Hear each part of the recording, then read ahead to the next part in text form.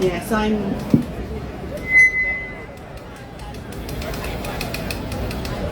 Free, free Palestine.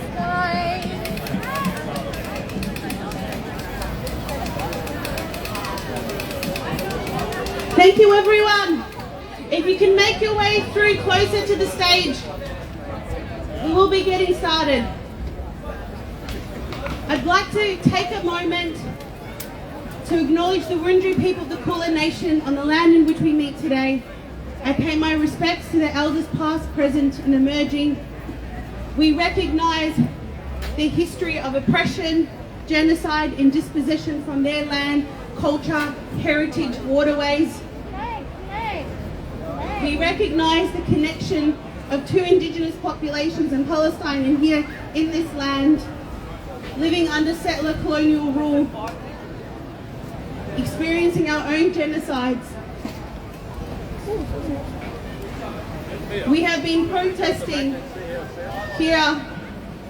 Our Indigenous communities have been campaigning for their liberation since the inception of this state, and Palestinians have been campaigning for their liberation since the settler colonial state of Israel was established. And those shared struggles, that history of oppression, continues to this day. But it's important to recognise that we still continue to resist, we still fight to be heard, that our voices are important and valuable. And no matter the amount of silence and the othering and the imprisoning and the murdering of our men, women and children, we still resist together in solidarity.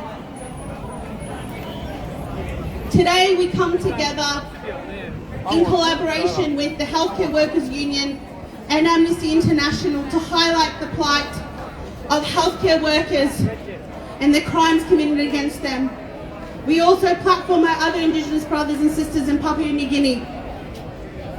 We do have quite a lineup of speakers today, so I'd like to welcome our first speaker, Uncle Robbie. He is an Aboriginal activist from the Katuakungalang people of the Gunai Nation. For over 40 years, Uncle Robbie has shaken the status quo through political and cultural interventions and actions in campaigning against genocide, colonisation of Aboriginal lands and people in this so-called Australia land. Please give him a warm welcome.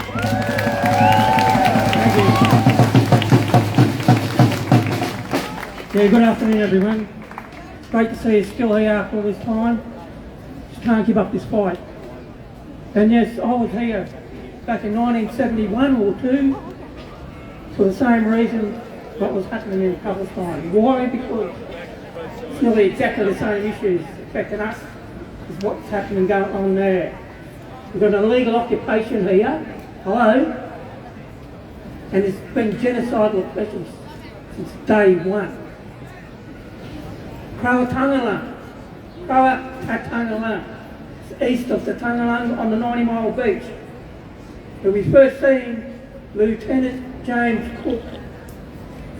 This narrative of British colonialism started there, here, Victoria. It's got a disgusting history, this Victoria. It's a heartland of fascism, neo-colonialism. It's taken it all to another level.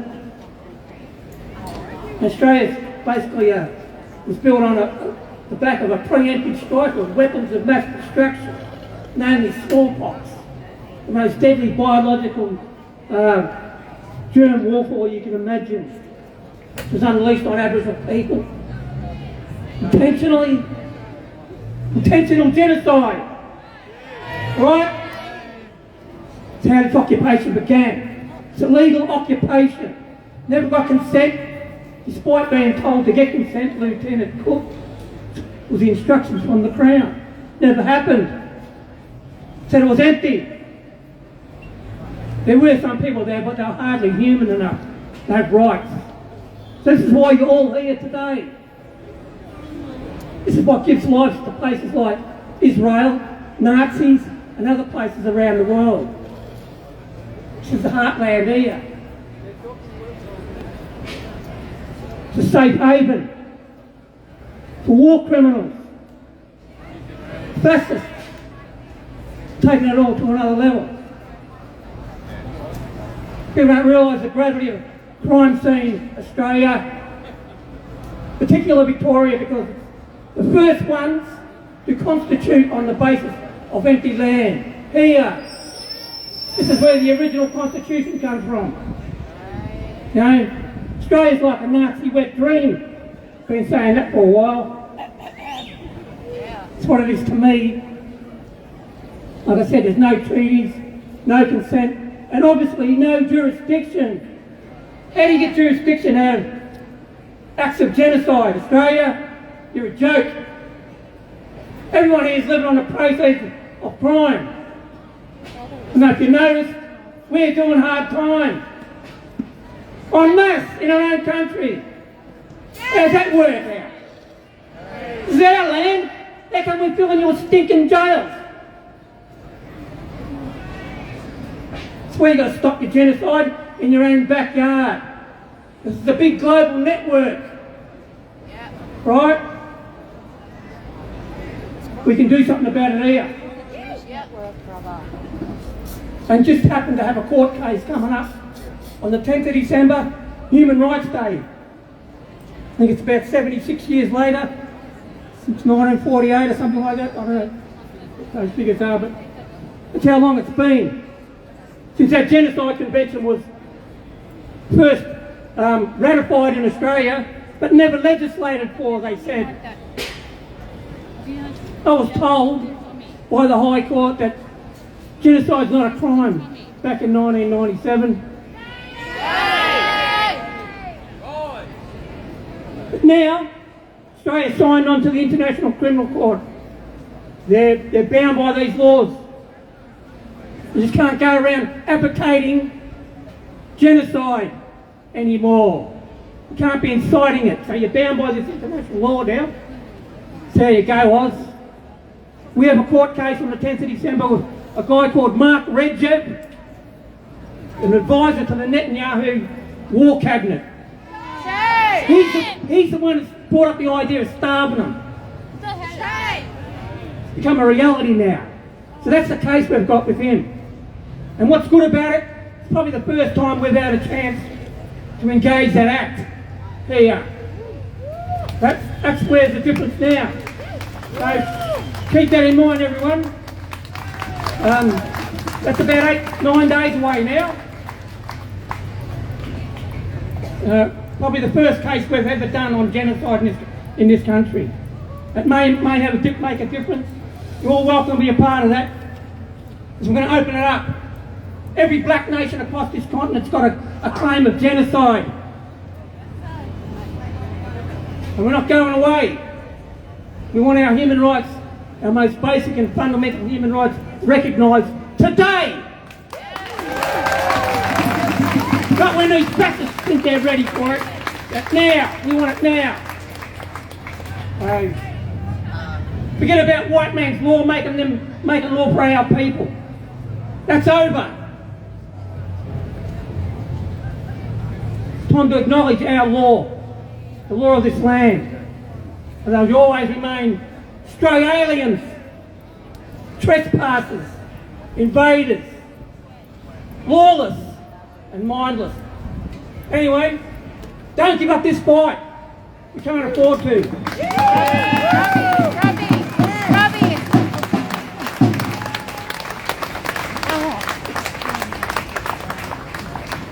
Thank you, Uncle Robbie. It's important to know that every single one of us is a force for change. We do not have to accept the status quo. We do not need to sit silently and observe it. We have power together collectively to enact change. And it is exhausting and tiring. We have been protesting for 14 months. And yet, we still come out every single week. Because having morals and integrity is what defines us as human beings, having humanity. All of us stand together side by side because we know collectively our power, our voices is united. And we platform all of our voices. I'd like to welcome our next speaker, Cindy Makabori. She was born into the Free West Papua movement and comes from a strong activist family. She's a recent law graduate and she is passionate about fighting for a free West Papua locally and internationally. She has represented her community on various platforms, including on behalf of the Black Lives Matter movement in 2022 Melbourne rallies. Please give Cindy a warm welcome, everyone.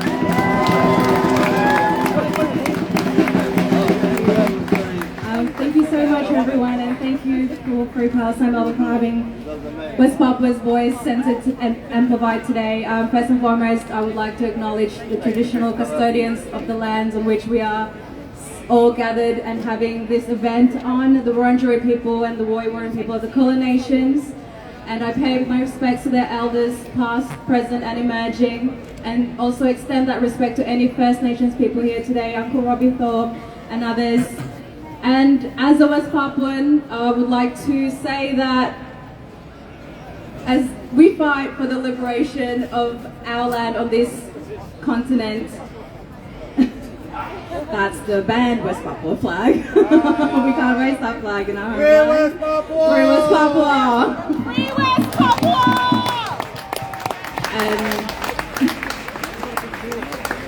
Yeah, so as you know, as we fight for our liberation on these stolen lands on this continent, we must first remember that we are the benefactors on these lands, and we're the benefactors of the colonization on these lands. And so our fight for liberation must first and foremost always center Aboriginal sovereignty, and it always was and always will be Aboriginal land.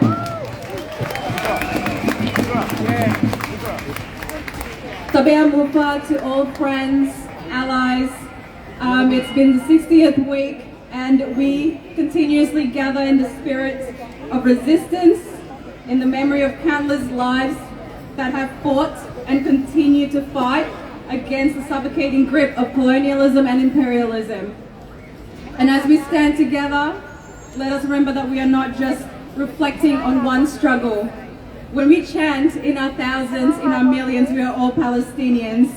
It's because the Palestinian fight is a resistance that all Indigenous people around the globe can resonate with. That we feel your struggle.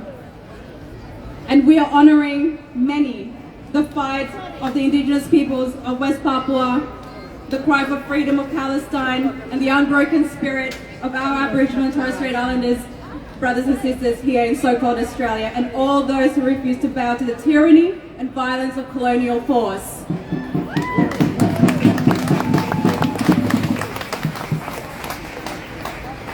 Today is the 1st of December, and 63 years ago, a day that burned itself into the hearts of the West Papuan people. On this day, the Morning Star flag was raised for the first time. For the Indigenous people of West Papua, it was a moment of defiance, a bold statement of our unyielding desire for freedom and self-determination from colonial rule. This flag, the Morning Star flag, is simple, yet it has a powerful meaning and has flown ever since as a symbol of hope, dignity, of a people's unwavering commitment to our land, our culture, and our very survival, which I know our Palestinian brothers and sisters can relate to. But unfortunately, the Indonesian government determined to suppress this aspiration by banning the flag, and to raise it is to risk imprisonment for up to 15 years in jail. Shame! And to hold it as high is to risk losing everything, and that includes your life. Shame! And yet every year on December 1st, the Morning Star rises again, no matter the repression, no matter the threats, this symbol of defiance of resilience cannot be extinguished. Like Palestinians, for Papuans, the Morning Star flag is more than a flag.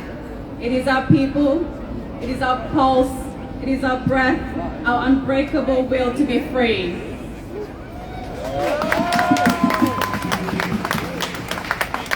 And in the hearts of those who raise it, it is the same unshakable cry for justice that echoes from the forest of West Papua to the river and sea of Palestine and to the coast of so-called Australia and beyond. The Morning Star flag raises in protest not only against Indonesia's colonial violence, but also against a devastating program that has been recently revived that seeks to erase the very essence of West Papua. Indonesia's revival of the transmigration program. Shame! Shame! For decades, this program has forcibly removed and relocated over 750,000 Indonesians to West Papua, transforming the indigenous population from a majority to a minority. Shame! And in doing so, it has taken more than just land. It has taken our identity as Melanesian, as Papuans, and the right to exist as a people. This is the reality of West Papuans that we have been facing today.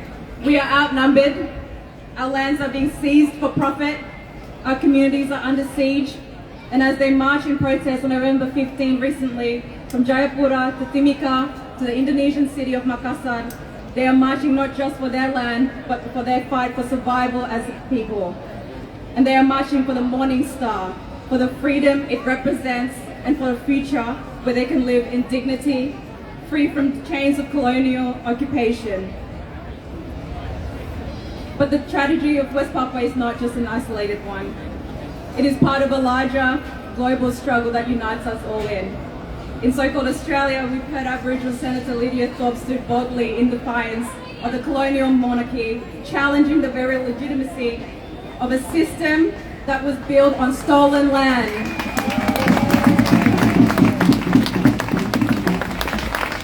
And in Kanaki, so-called New Caledonia, the Kanak people continued their fight for independence despite brutal repression from the French occupation. Shame! Shame! In Aotearoa, Maori MP Hana tore up the Treaty of Waitangi Bill, exposing the colonial government's refusal to honour the promises made for our people.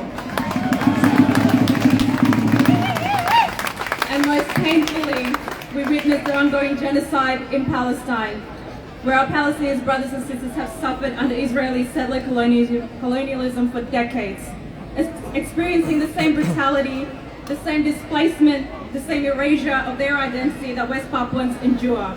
Shame! Shame! And Palestinians, like West Papuans, we continue to resist. Despite genocide, apartheid and occupation, we refuse to bow. And we continue to demand justice, to demand our land back, and to demand our freedom and self-determination, especially our dignity. So free, free Palestine from the river to the sea. Papua Merdeka. When I say Papua, you say Merdeka. Papua Merdeka. Papua Merdeka. Papua Merdeka. Thank you.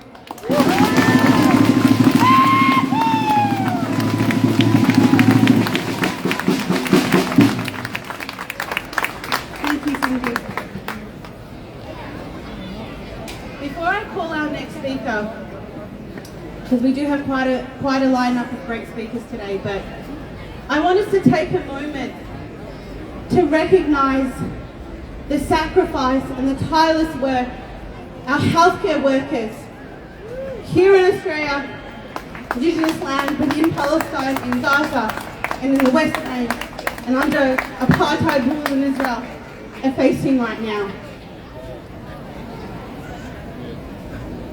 A lot of the speakers who are talking today work in the health sector.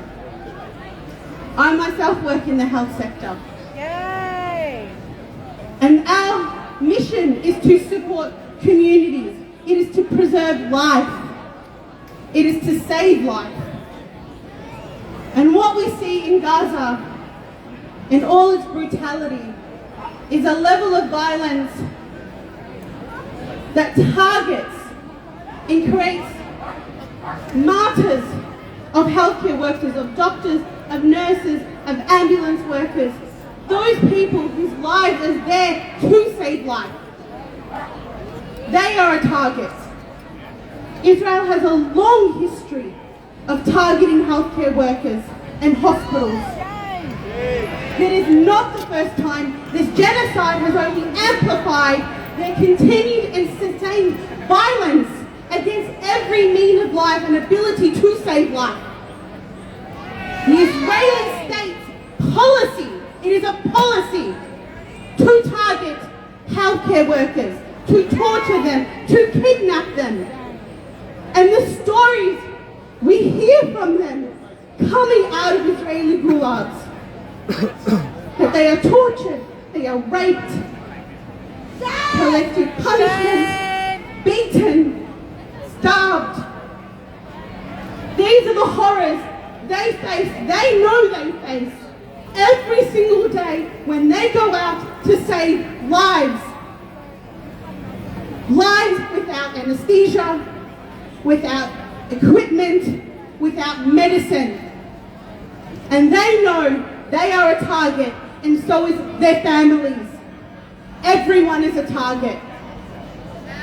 So let's recognize the bravery of those people.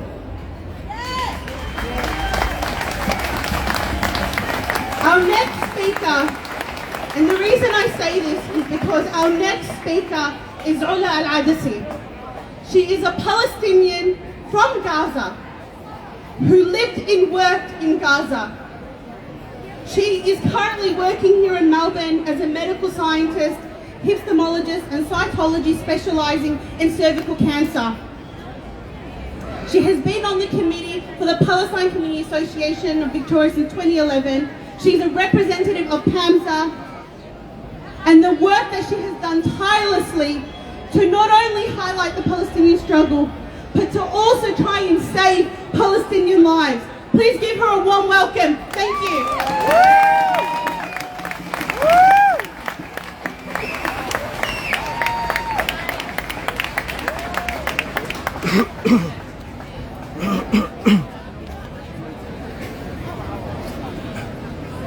Everyone. Always was and always will be Aboriginal land.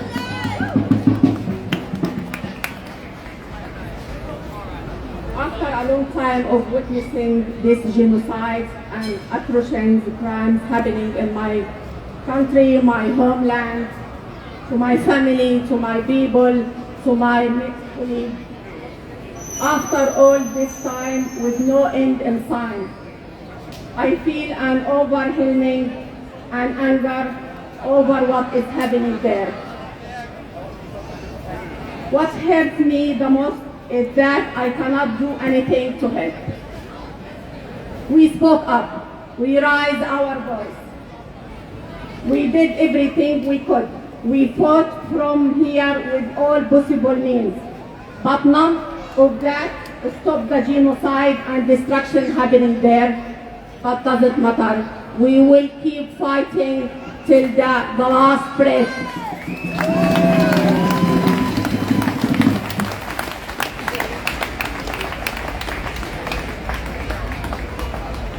Since the beginning of this genocide, Israel has killed many medical specialists, doctors and nurses.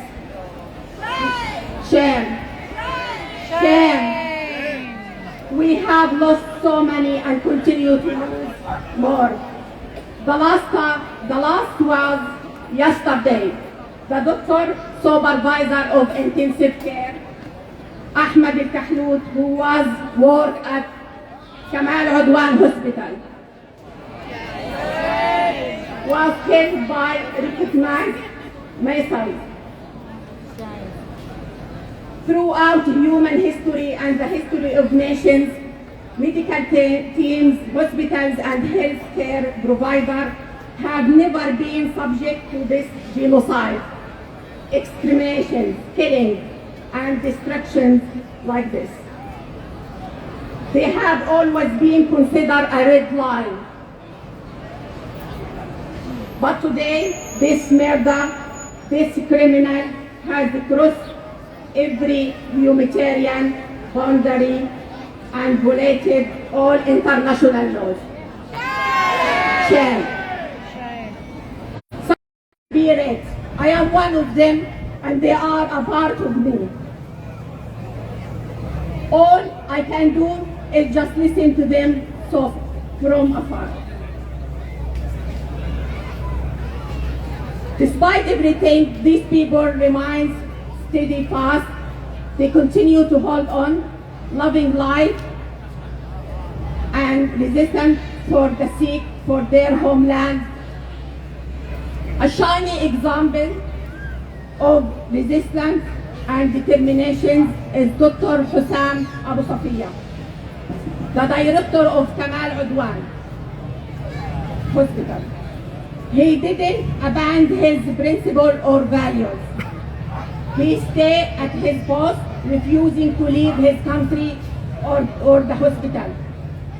He stood firm, but the cost was immense and very expensive. He lost his son, his colleague, and so much more. Shame. Despite being injured in this ongoing genocide, he remains steadfast and continues his work. Dr. Hussam Abu Safiya is one of the doctors I had honor of working closely with him. He is a true human being in every sense of the word. May God protect him and protect everyone there. Amen. I am a member of Palestinian Australian and New Zealand Medical Association. We actually a medical organization. We provide eyes and medical supplement to the over Palestine, and we sent many missions to 2 missions actually to Gaza. But the last one, the Israel banned us, but they sent shame. It's so shame. But recently actually they lift the ban, and we keep going, and we will keep sending the mission and the medical team to Gaza, inshallah. Inshallah.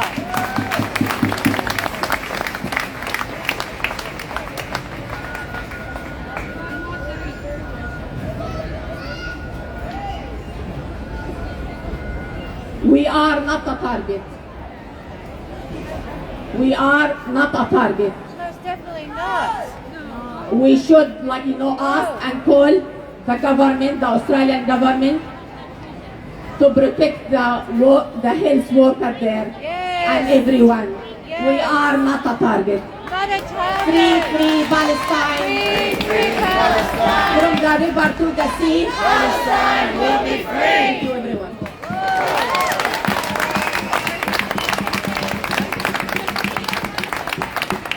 Thank you, Ola. I'd like to remind everyone that we do have another Sunday protest next week on the 8th of December. It's quite an important one because it's the anniversary of the first Intifada, Palestinian civilian uprising against the apartheid regime in 1987. And we've continued to resist. We engaged in boycotts, divestment and sanctions of Israeli products, working, striking. Please join us, part of that long history of resistance for liberation. Next week, Sunday, the 8th of December. If you are interested in grabbing flyers and posters to put up, they're available at the Free Palestine Melbourne marquee. Thank you. Marquee. So please make your way there and pick them up. Also, I'd like to highlight that every single week, through your support, your generous support, we've been able to not only sustain the Sunday protest, but support actions for Palestine across Victoria. Through our council group, union group, arms campaigns, this community, you, times. It is through grassroots community support that this has happened. So thank you very much. So if you see people going around collecting donations, that is what it's for.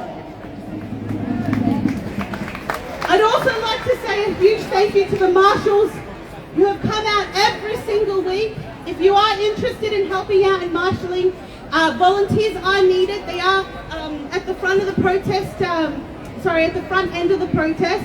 So if you do want to make your way over there now, you can join in helping out in marshalling. All right, we've got that housekeeping out of the way. I'd like to introduce our next speaker.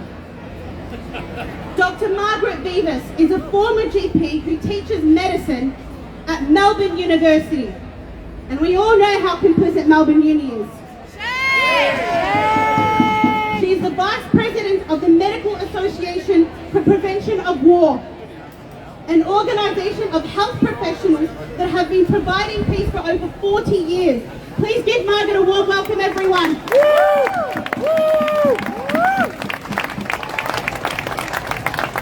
Thank you. I'd like to pay my respects to elders past and present, and also acknowledge the enormous impacts that colonisation has had on the health of our First Nations. Thank you to the organisers. These rallies are so important not to give up in despair at the lack of government action to end the nightmare that it is for the people in Gaza.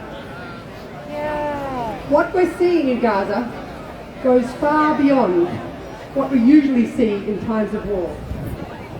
The scale of dehumanising the entire population as part of genocide and the total impunity with which it is happening. I'm going to talk about just a few aspects of Israel's destruction of the healthcare system in Gaza. Healthcare is a fundamental human right, and yet it is almost completely destroyed in Gaza. We are also seeing the weaponisation of starvation, the weaponisation of clean water, the weaponisation of sanitation and electricity. It is almost impossible to interpret all of this in any other lens than as part of a program of genocide. And those who are the most vulnerable will be the children. The Israeli government banning not only of UNRWA, but also, until recently, of medical aid missions from operating in Gaza is deplorable.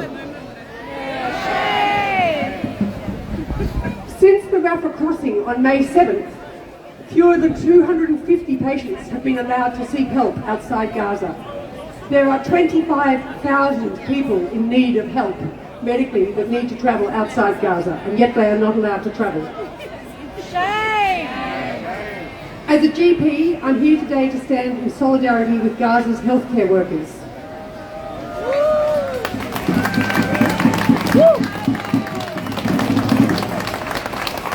I should be doing this rather than this, because there are so many that are in prison. We've witnessed systemic attacks on healthcare facilities and shocking numbers of dead healthcare workers. Over 1,000 healthcare workers are killed since the 7th of October in Gaza and the West Bank. Over 1,000. Many more have been injured. Many, many more. I just want to speak to one which almost brought me to tears when I saw this picture of what he had written. An MSF doctor back in November last year was killed in an attack. His name was Dr. Mahmoud Abu Nujalia. He was killed in the attack on the Al-Ada hospital. In the wreckage there was a clinical whiteboard, the one that you write the patients' names on when they're waiting in the emergency department. On this clinical whiteboard he had written, "Whoever stays until the end will tell the story. We did what we could. Remember us." Palestinian healthcare workers have shown dedication, professionalism and enormous courage. It is heartbreaking to hear that in many cases they will take their children with them to work, so that if they are killed, they are all together. And then, as well as all that, there is imprisonment, which is euphemistically described as detention. I am horrified that over 200 healthcare workers have disappeared or been imprisoned. the Israeli Physicians for Human Rights report conditions for Palestinian prisoners include severe overcrowding, medical neglect, malnutrition, violence, torture, humiliation and abuse. And this has already led to dozens of deaths of those who have been imprisoned. All of this should be a wake-up call to healthcare workers across the globe. There is no other war in recent times where healthcare has come under such relentless attack. Attacks on healthcare and the starvation of a population are totally anathema to our profession and contrary to every humanitarian principle that drives all of us. So, what do we do in the face of inaction from our own government? The only certainty is that we must not give up. Gatherings like this are important.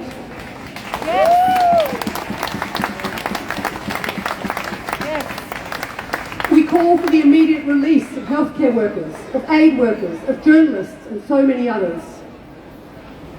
The Healthcare Workers for Palestine groups shine a light is what is happening to Palestinian healthcare workers and the Palestinian people.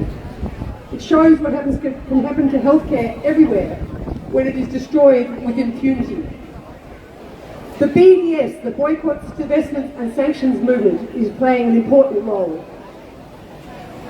Despite our own government's utter cowardice in refusing to take strong and meaningful actions, we must continue to demand that they put maximum pressure on for a ceasefire. We continue to stand in solidarity with the people of Palestine. We must not look away. Thank you. Free Palestine.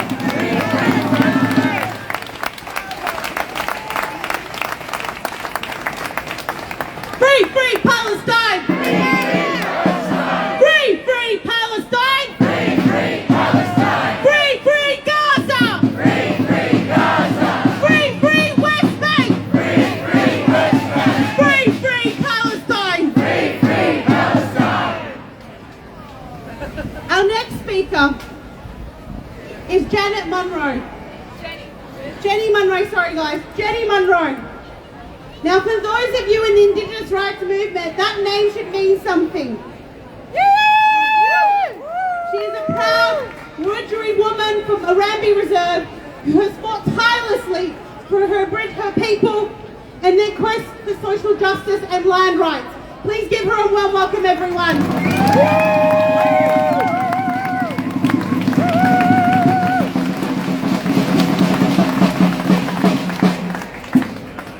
Everybody,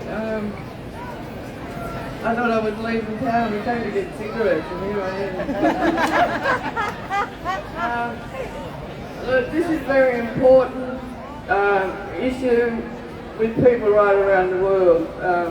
The invasion of other people's countries is still going on to this day. It will continue into the future unless we make a stand that stops it forever.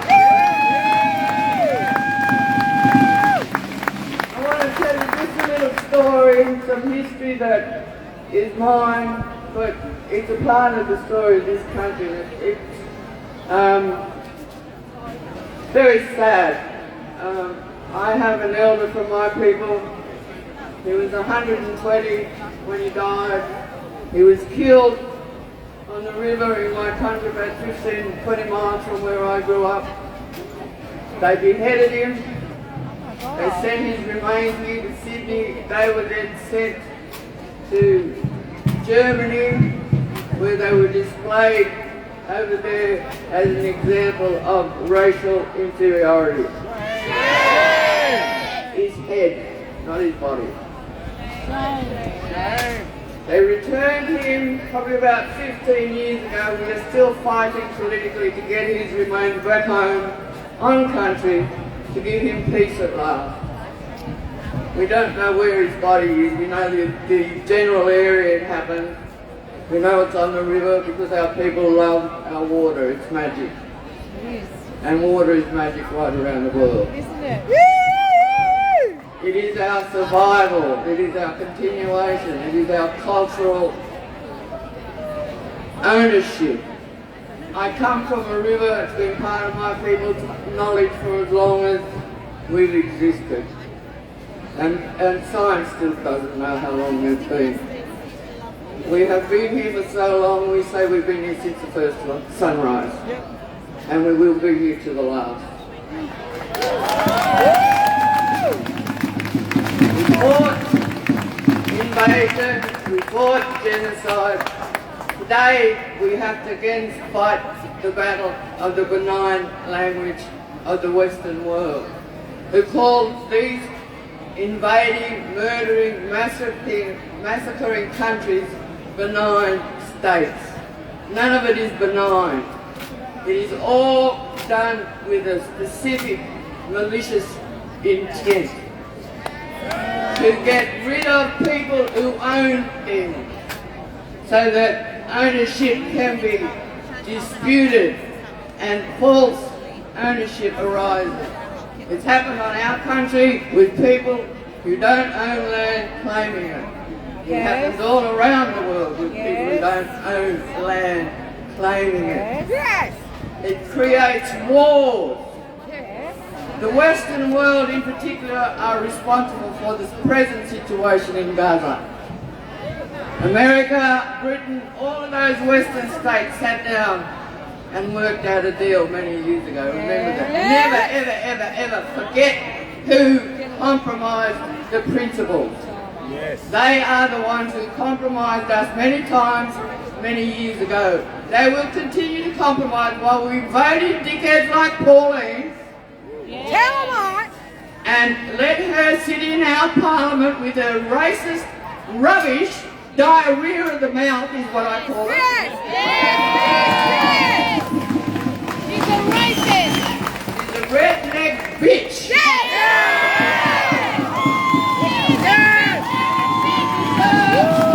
She deserves what all redneck bitches get. Justice and punishment. This country deserves justice, and we deserve to punish those that have been killing our people, committing genocide on our land for over 250 years, and will continue while we vote in dickheads who compromise principles every day as a matter of course. At least when you vote in your next election, vote for somebody with principle who's going to stand up and fight for you.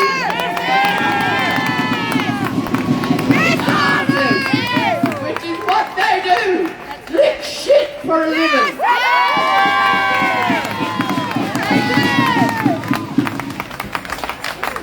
Free Palestine. From the river to the sea. Free Australia. From shore to shore. North, south, east and west.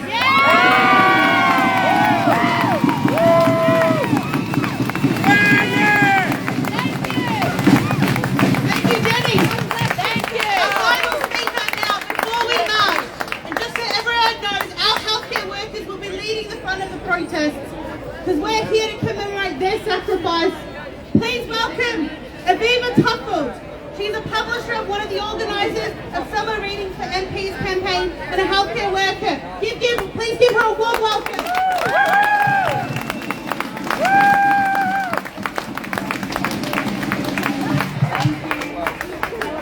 And solidarity to everyone here who keeps showing up for this rally Sunday after Sunday. While healthcare workers are true heroes, I am not a healthcare worker. I work in the less noble profession of book publishing, which is why I'm here today to tell you about two initiatives of literary activism that are happening at the moment. The first is Summer Readings for MPs, which was the idea of a group of us who love books and believe deeply in the power of literature to inform, inspire and educate. And we also believe that reading generates empathy and fosters connection and understanding. So, we decided to send all 227 MPs and senators a summer reading pack.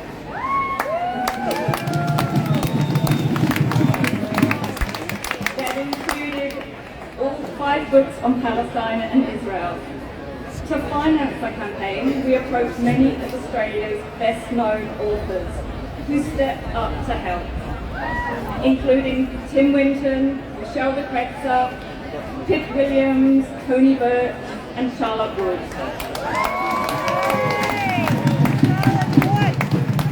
Writers who, like us, have faith in the power of words to transform and shape our world, and who know that literature can shift hearts and minds.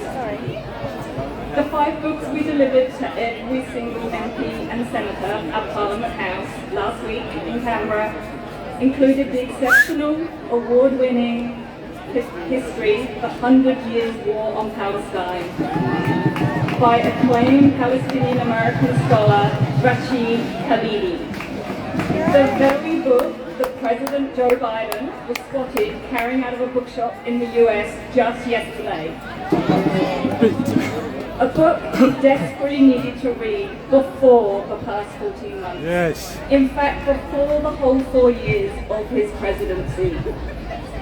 We also gave politicians Jewish-Israeli Professor Ilan Pappé's enlightening work, A Very Short History of the Israel-Palestine Conflict, and we included veteran ABC journalist John Lyon's acclaimed memoir, Balcony Over Jerusalem, which details his 6 years living in Jerusalem as a foreign correspondent and what he learned about the Israeli mindset during that time.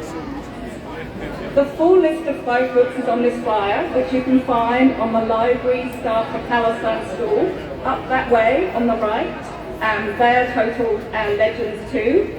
Or you can go to our Instagram and follow @Summer Reading for MPs to learn more.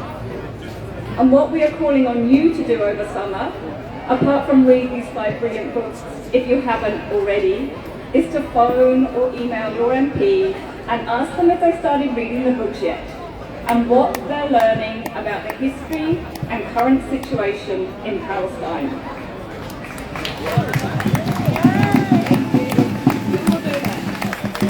The second initiative I'm here to quickly tell you about is Read Palestine Week,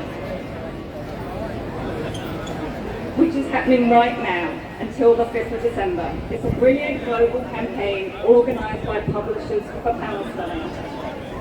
Until the 5th of December, you can find over 25 free ebooks written by Palestinian authors or books about Palestine on the Publishers for Palestine website. The selection includes fiction, poetry and non-fiction. Read Palestine Week aims to give readers a greater understanding of that place, its history, people and culture, and to inspire solidarity and activism towards a free Palestine. Among the list of free ebooks, I want to draw your particular attention to the only two works in there by Palestinian Australian authors. Firstly, Sarah M. Saleh's The Flirtation of Girls, Gazat El Banat. And the other book is another legend who's spoken at this rally many times, Samar Sabawi's beautiful memoir of living in Gaza, growing up in Palestine. That's also available as a free ebook. So you can find the links to these 2 books and all the other free ebooks on the website publishersforpalestine.org, and also more information at the Library Workers for Palestine stand. Alright everyone, I think from the river to the sea, Palestine will be free. from the river to the sea, Palestine will be free. free, free Palestine, Free, free Palestine. free, free Palestine, Free, free Palestine. 1, We are the people. 2, We won't be silent. 3, Stop the bombing now, now, now.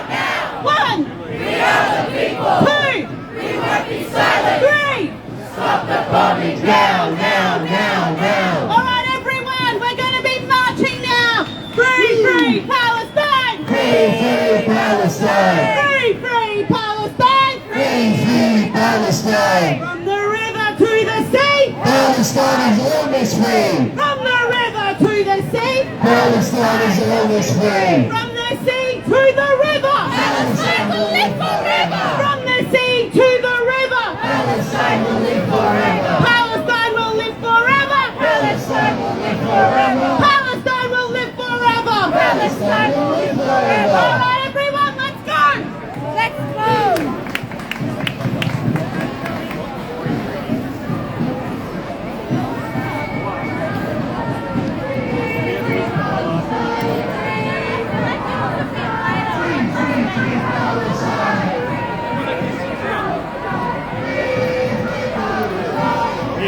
We're going to run a block.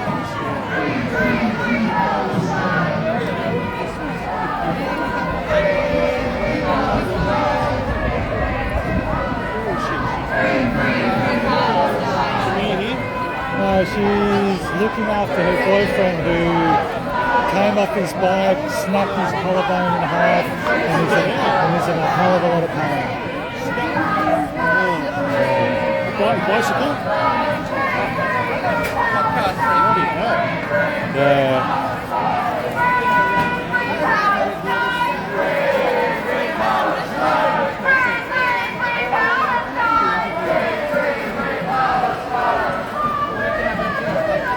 But I'll say hello to her from you.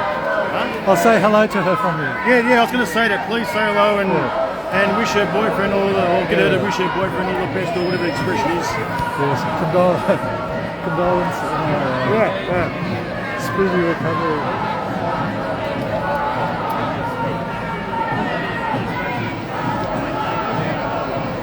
She's good fun.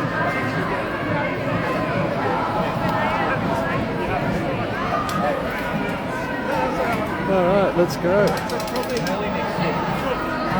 Would I be able to grab your number?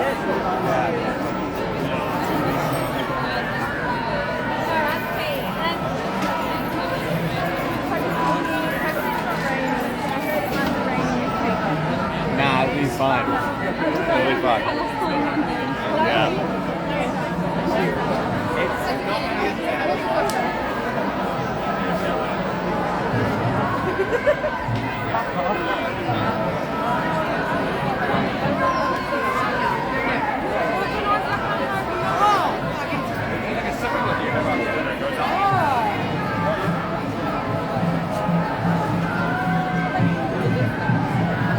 What do you reckon? Will it fit? Yeah. There you go. It fits? Yeah. Alright, I'll take that one. You're 30?